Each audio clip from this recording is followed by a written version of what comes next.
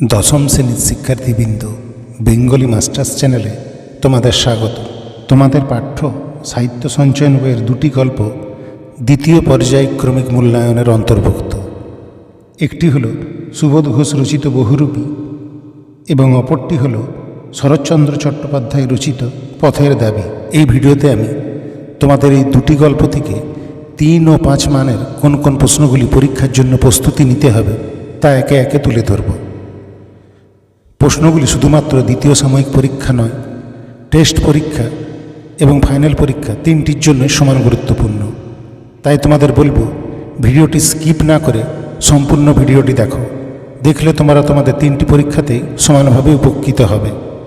প্রশ্নগুলি আলোচনা করার পূর্বে তোমাদের কাছে ছোট্ট অনুরোধ, ভিডিওটি যদি ভালো লাগে তবে অতি অবশ্যই লাইক করো এবং বন্ধুদের সাথে শেয়ার করে নাও, যাতে তারাও তোমার মতন সমানভাবে উপকৃত হতে পারে। চলো এবার একে একে প্রশ্নগুলি দেখে নেওয়া যাক। বহুরূপী গল্প থেকে 3 নম্বরের জন্য প্রথম গুরুত্বপূর্ণ প্রশ্ন, আপনি কি ভগবানের চেয়েও বড়? কাকে কথা বলা হয়েছে? তাকে কথা বলা হয়েছে কেন? 2 নম্বর প্রশ্ন, কি অদ্ভুত কথা বললেন হরিদা? হরিদাকে তার কোন কথাকে কেন অদ্ভুত বলা হয়েছে? 3 নম্বর প্রশ্ন, বাহ, এ তো বেশ মজার ব্যাপার। কোন ঘটনাকে বক্তা মজার ব্যাপার বলেছেন? ঘটনাটিকে তার মজার মনে হয়েছে কেন? 4 নম্বর প্রশ্ন, সে ভয়ানক দুর্লভ জিনিস। কোন জিনিসের কথা বলা হয়েছে? তা দুর্লভ কেন? 5 নম্বর প্রশ্ন, তাতে যে আমার ঢং নষ্ট হয়ে যায়। ঢং বলতে এখানে কি বোঝানো হয়েছে? কিসে ঢং নষ্ট হয়ে যাবে? 6 নম্বর প্রশ্ন, কিন্তু এই ধরনের কাজ হরিদার জীবনের পছন্দই নয়। কোন কাজ কেন হরিদার পছন্দ নয়? 3 নম্বরের জন্য শেষ গুরুত্বপূর্ণ প্রশ্ন হল, হরিদার জীবনে সত্যি একটা নাটকীয় বৈচিত্র্য আছে। হরিদার জীবনের বৈচিত্র্যকে নাটকীয় বলা হয়েছে কেন? বহুরূপী গল্প থেকে 5 নম্বরের জন্য প্রথম গুরুত্বপূর্ণ প্রশ্ন, চমকে উঠলেন জগদীশবাবু। জগদীশবাবুর পরিচয় দাও, তিনি কেন চমকে উঠলেন? 2 নম্বর প্রশ্ন, হরিদার জীবনে সত্যি একটা নাটকীয় বৈচিত্র্য আছে। উদ্ধৃতিটি কোথা থেকে নেওয়া হয়েছে? বক্তার এর উক্তির কারণ কি তা বিবৃত করো। 3 নম্বর প্রশ্ন, এই একঘেয়ে অভাবটাকে সহ্য করতে হরিদার আপত্তি নেই, কিন্তু একঘেয়ে কাজ করতে ভয়ানক আপত্তি। এই বক্তব্যের নিরিখে হরিদার চরিত্র বিশ্লেষণ করো। পরবর্তী প্রশ্ন, অদৃষ্ট কখনো হরিদার এই ভুল ক্ষমা করবে না। হরিদা কি ভুল করেছিলেন? অদৃষ্ট ক্ষমা না করার পরিণাম কি?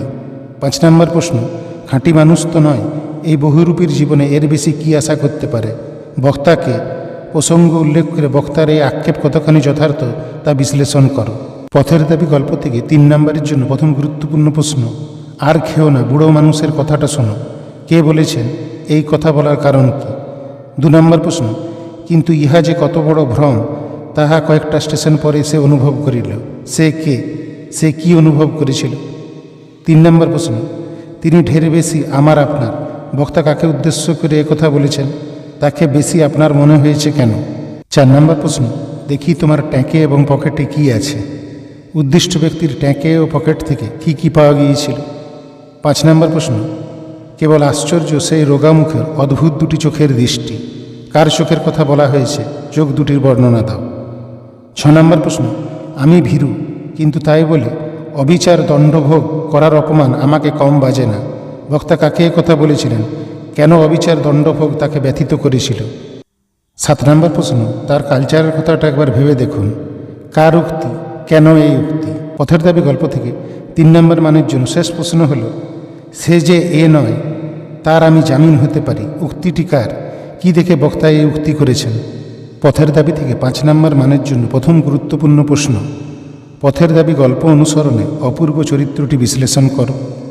2 নম্বর প্রশ্ন, বাবুটির স্বাস্থ্য গেছে কিন্তু শখ 16 আনায় বজায় আছে। বাবুটি কে? তার স্বাস্থ্য ও শখের পরিচয় দাও। এবং 3য় প্রশ্ন, পলিটিক্যাল সাসপেক্ট সব্যসাচী মল্লিককে নিমাইবাবুর সম্মুখে হাজির করা হইল। পথের দাবি পাঠ্যাংশে সব্যসাচী মল্লিক সম্পর্কে কি জানা যায়? তাকে জিজ্ঞাসাবাদের সময় কি পরিস্থিতি তৈরি হয়? শিক্ষার্থীবৃন্দ, ভিডিওটিকে শেষ পর্যন্ত দেখার জন্য অসংখ্য ধন্যবাদ। ভালো থেকো এবং মন দিয়ে দ্বিতীয় সাময়িক পরীক্ষার জন্য প্রস্তুতি নাও।